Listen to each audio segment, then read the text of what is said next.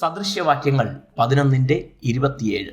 നന്മയ്ക്കായി ഉത്സാഹിക്കുന്നവൻ രഞ്ജന സമ്പാദിക്കുന്നു, തിന്മയെ തിരയുന്നവനോ അതുതന്നെ കിട്ടും. നന്മ തിന്മ എന്ന രണ്ട് വിരുദ്ധ കാര്യങ്ങൾ ബൈബിളിൻ്റെ തുടക്കം മുതൽ കാണാം. മനുഷ്യൻ്റെ പാപത്തിൻ്റെ തുടക്കം തന്നെ അതിനെ ബന്ധപ്പെട്ടാണ്. നന്മ തിന്മകളെക്കുറിച്ചുള്ള അറിവിൻ്റെ വൃക്ഷഫലം തിന്നുന്ന നാളിൽ നീ മരിക്കും എന്നാണല്ലോ ദൈവം കൽപ്പിച്ചത്. എന്നാൽ മനുഷ്യൻ അനുസരണക്കേട് പ്രവർത്തിച്ച് തിന്മയുടെ പാത തിരഞ്ഞെടുക്കുന്നത് കാണാം. അതിനെ തുടർന്ന് ഇന്നയോളം നന്മയും തിന്മയും തമ്മിലുള്ള യുദ്ധം നിരന്തരം നടക്കുന്നു. അത് ഒരു വ്യക്തിയുടെ ഉള്ളിലായാലും, രണ്ട് വ്യക്തികൾ തമ്മിലായാലും, കുടുംബങ്ങൾക്കുള്ളിലായാലും, രാജ്യങ്ങൾ തമ്മിലും തുടർന്നുകൊണ്ടേയിരിക്കുന്നു.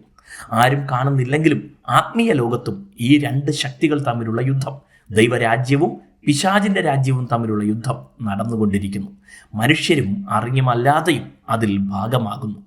നന്മ ചെയ്യാനുള്ള ആഗ്രഹം ഉള്ളിലുണ്ടായാൽ മാത്രമേ അതിനായി പ്രവർത്തിക്കാൻ കഴിയൂ. പ്രവൃത്തികളാൽ ആരും രക്ഷിക്കപ്പെടുന്നില്ല എന്ന് പുതിയ നിയമം അസന്ദിഗ്ധമായി വ്യക്തമാക്കിയിരിക്കുമ്പോൾ ചിലർക്കെങ്കിലും ചിന്തിക്കുന്നത് നന്മ പ്രവർത്തിക്കേണ്ട ആവശ്യമേ ഇല്ല എന്നാണ്. എന്നാൽ നന്മ പ്രവർത്തിക്കാൻ ആഗ്രഹമുണ്ടായിട്ടും ഇച്ഛിക്കാത്ത തിന്മ പ്രവർത്തിച്ചു പോകുന്ന ഒരു നിയമത്തിന് അടിമയായിരുന്ന മനുഷ്യന് അതിൽ നിന്ന് സ്വതന്ത്രനായി സൽപ്രവൃത്തികൾ സ്വാതന്ത്ര്യത്തോടെ ചെയ്യാൻ ശക്തീകരിക്കുന്ന ഒരു പുതിയ നിയമത്തിൻ്റെ ഉള്ളിലേക്ക് കൊണ്ടുവരുന്നതാണ് വിശ്വാസത്താൽ ലഭിക്കുന്ന സൗജന്യ രക്ഷ. ഒരുവൻ ക്രിസ്തുവിലാകുമ്പോൾ ഈ സ്വാതന്ത്ര്യത്തിലേക്ക് പ്രവേശിക്കുന്നു. ഇനിയും തിന്മ ചെയ്യുന്നെങ്കിൽ അത് മനഃപൂർവ്വം ചെയ്യുന്നതായി മാറുന്നു. പരിണിതഫലം ഭീകരമാണ്. എന്നാൽ എന്തൊക്കെ സംഭവിച്ചാലും നന്മയ്ക്കായി ഉത്സാഹിക്കുന്നവർ ദൈവത്തിൻ്റെയും മനുഷ്യരുടെയും പ്രീതി സമ്പാദിക്കുന്നു. മനുഷ്യരിൽ ശത്രുക്കളെ ഉണ്ടാവില്ല എന്നല്ല, തിന്മയുടെ രാജ്യത്തോട് യുദ്ധം ചെയ്ത് മാത്രമേ നന്മ ചെയ്യാനാകൂ എന്നതിനാൽ ശത്രുക്കളും ഉണ്ടാവാം.